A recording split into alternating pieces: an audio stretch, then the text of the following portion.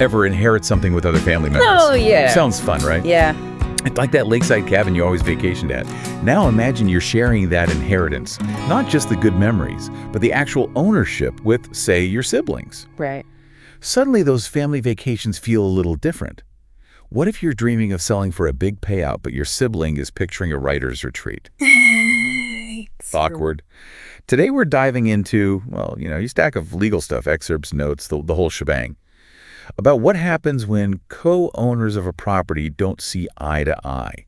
Specifically, how do you figure out what a property is actually worth when everyone's got an opinion? Spoiler alert, it's not always pretty. You're right, it can get complicated, especially, let's be honest, throwing a wrench into family harmony is practically guaranteed when we're talking about money, especially when it's tied to something as emotionally charged as property everyone thought they knew. Okay, so before we even get to dollar figures, what's the legal term for this whole process? My brain's stuck on Family Feud, which I'm guessing isn't the official term. Close, but no cigar. The official term is a partition action. Okay. Think of it like hitting the reset button on shared ownership. When communication breaks down and everyone's at a stalemate about what to do with the property, sell, rent, fight over who gets the good parking spot, a partition action is the legal system's way of stepping in and saying, all right, let's figure this out fairly. Fairly being the key word here, I imagine. But before we get into how fairly is even determined, there's this Uniform Partition of Heirs Property Act, UPHPA, mentioned a lot in these documents. What's the deal with that? Imagine this. Your grandfather's will wasn't crystal clear. Oh, no. And now you and your 10 cousins co-own the family farm.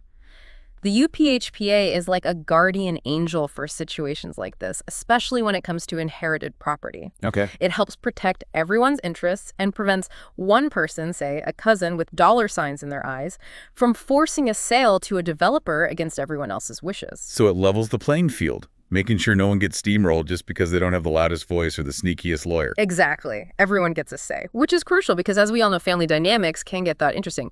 When inheritance is on the line, Understatement of the year. Okay, so we've got this legal framework. We've got everyone at the table, maybe not happily. Now, how in the world do we determine how much this disputed property is actually worth? that, my friend, is the million-dollar question, literally. And the legal term for this magical number is fair market value. Okay. Sounds simple enough, right? Appraise it, get a number, everyone takes their cut, and goes on their merry way. If only it were that easy. It's not just about what you think your half of the family cabin is worth, but what a buyer out in the wild, completely detached from all the emotional baggage, would realistically pay for it. Which is where things get really interesting, right? Yeah. Especially if you've got one sibling who's desperate to cash out, while the other is holding on for dear life, hoping to turn the place into a bed and breakfast someday. You're catching on. Conflicting interests are a given in these situations. One person's fair is another's worst nightmare. The court's job is to find that neutral ground, aiming for a valuation that's objective, even when emotions are running higher than the asking price on a beachfront mansion. So how does the court find that neutral ground? It's not like they've got a magic 8-ball for real estate. Right. They must have some sort of system, right? I'm dying to get into the details here. I've got these notes about different valuation methods. It's like a choose-your-own-adventure for determining how much something is worth. It's more like a toolbox than a choose-your-own-adventure, but I get your enthusiasm. And you're right, there are a few key tools the court uses. Okay. One of the first is getting opinions from real estate brokers. So like getting a second or third or fourth opinion from a doctor? Exactly. Different brokers, different perspectives. They'll look at things like recent sales of comparable properties. Think similar size, features, location. Kind of like Zillow on steroids. Okay, so if my beachfront bungalow is the property in question, we're looking at what other beachfront bungalows in the area have sold for recently. Right. Makes sense. It's a start, but remember, the market is like the ocean, always changing.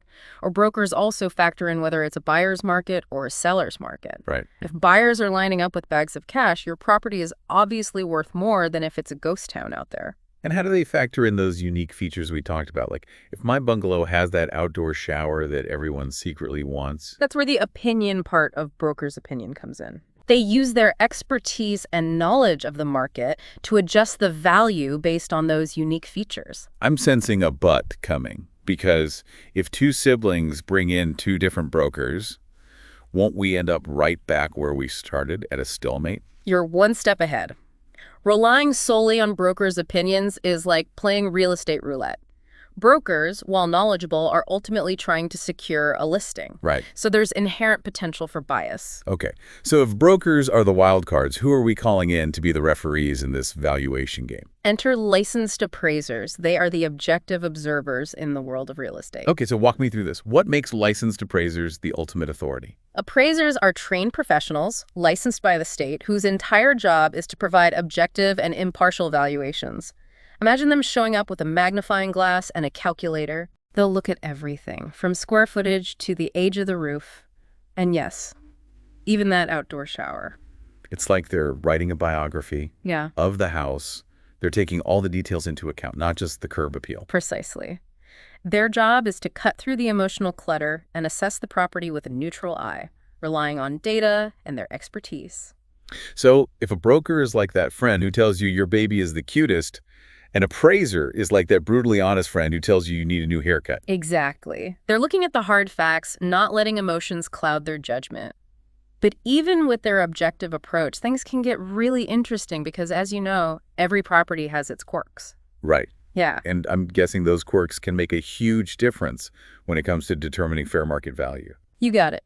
A crumbling mansion with a storied past is going to be valued differently than a cookie-cutter condo, even if they have the same square footage and are technically in the same neighborhood. Okay, that makes sense. So location, location, location still applies. But it's more nuanced than just the zip code. We've got brokers, appraisers, unique features. This is already more complicated than I imagined. And I haven't even mentioned this note I have here about market conditions. Does that mean even if I get my appraisal today, it could all change tomorrow? You're telling me it's like trying to predict the stock market. You might get a snapshot of where things stand today, but tomorrow could be a whole different story. So basically figuring out fair market value sometimes feels like you need a degree in economics and a crystal ball. You're not wrong. And it's not just about recent sales either. We're talking trends. Is the market heating up, cooling down, or stuck on pause? All of this gets factored into the valuation puzzle. This is making my head spin. And to think we haven't even touched on what happens once you have that magic number. Right. Determining the value is just the tip of the iceberg. Remember those costs we talked about earlier? Realtor fees, closing costs, maybe even staging the property to make it more appealing to buyers? Oh man, I completely forgot about all that. Those costs can add up quickly. They absolutely can. And here's where things get even more interesting. Let's say your sibling wants to buy you out of your share of the property. Okay. Do those sale-related costs get factored into the final buyout price? Whoa, I hadn't even considered that. So in a buyout situation, you're not just negotiating the property's value, but who covers those extra expenses. This is why lawyers get paid the big bucks. Exactly. And that's where having a good lawyer who understands the ins and outs of property partitions can be worth their weight in gold. They can fight for your best interests, ensuring you're not stuck with an unfair share of the costs. This has been such an eye-opener. It makes me realize how important it is to try and maintain open communication with the other co-owners throughout this whole process. Couldn't agree more.